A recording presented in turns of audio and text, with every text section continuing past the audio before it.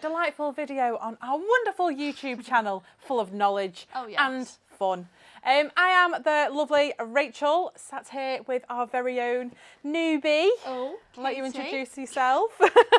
She's a little bit nervous. She is. But we're absolutely fine. She'll be a pro at this by the end of it. It'll So be it's fine. absolutely amazing.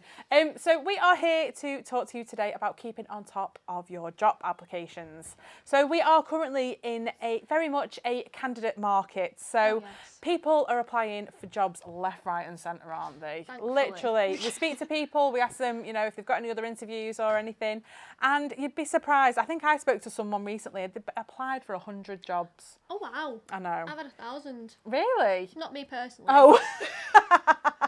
Like someone spoke to me as 1,000. I thought they might have been over-exaggerating Maybe, there. hopefully. Because how would they be able to keep on top of all them job applications? They would not. Exactly. But here we are telling you how to keep on top of your job applications. Oh.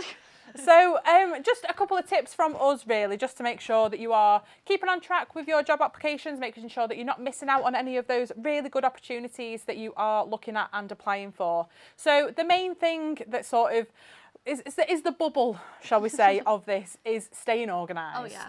You Definitely. really need to keep yourself organised within, you know, within job applications and things like that. Keeping track of everything that you've applied for, because like we say, if people have applied for hundreds or thousands of jobs, keeping track of what you have applied for is key. And when you apply for some jobs as well, they do have closing dates as well. They do. So you need to make sure you're not applying for a job that's closed. Well, this is exactly right. That would be an issue. Yeah, or just making a note of when the closing date is so that you are aware that, you know, the closing date is now. Maybe give it a week's or 2 weeks space so that they can go through the candidates and applications.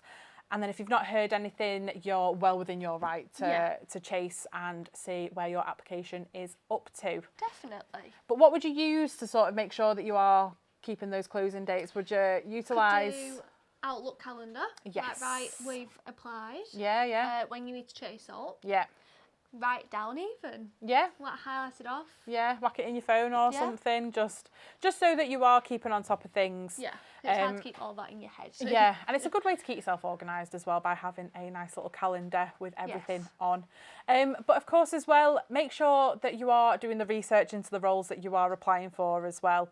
You don't want to be applying for something that you don't have the skills for or that you don't have, you know, the ambition to want to go and do, because job boards nowadays make it very easy to apply for jobs. Literally one click apply and that's it. You can go and make yourself a cup of tea, go and have something to eat and forget that you ever applied for it. But so just make sure that you are reading the job specs and everything like that. Make sure that you are doing that research so that it is a job that is going to be suited to you. It is also quite important not to tell the employer that you are applying for loads of jobs. Yeah, because it doesn't give off a good a impression, does it?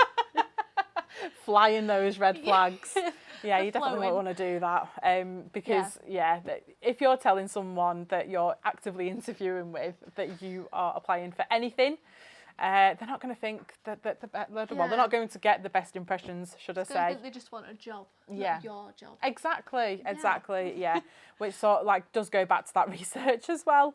And also, if you do get any feedback, you know, whether it's positive or negative, all feedback is always, you know, good to read or hear.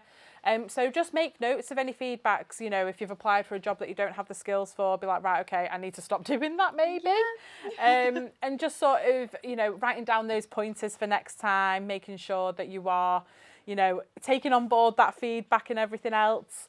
And then, that's literally the point. You need to do your feedback and make sure that you are making notes of it. Otherwise you're going to get nowhere. Well, you're not, are you really? Because you're just going to sort of be in that, that continuous loop of applying for jobs and not getting anywhere.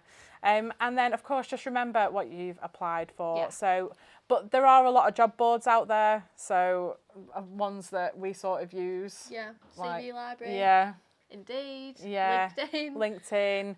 Monster, Total Jobs. There's so many. So just remember where you are applying for those jobs as well, making sure that you're keeping on top of them job boards and all your profiles and things like that. And maybe creating folders in your Outlook as well, if that's what you're using, or your Google Mail, whatever mail source you're using, and maybe just have a little folder for them, just so that when the emails come in, you can go through them. Exactly.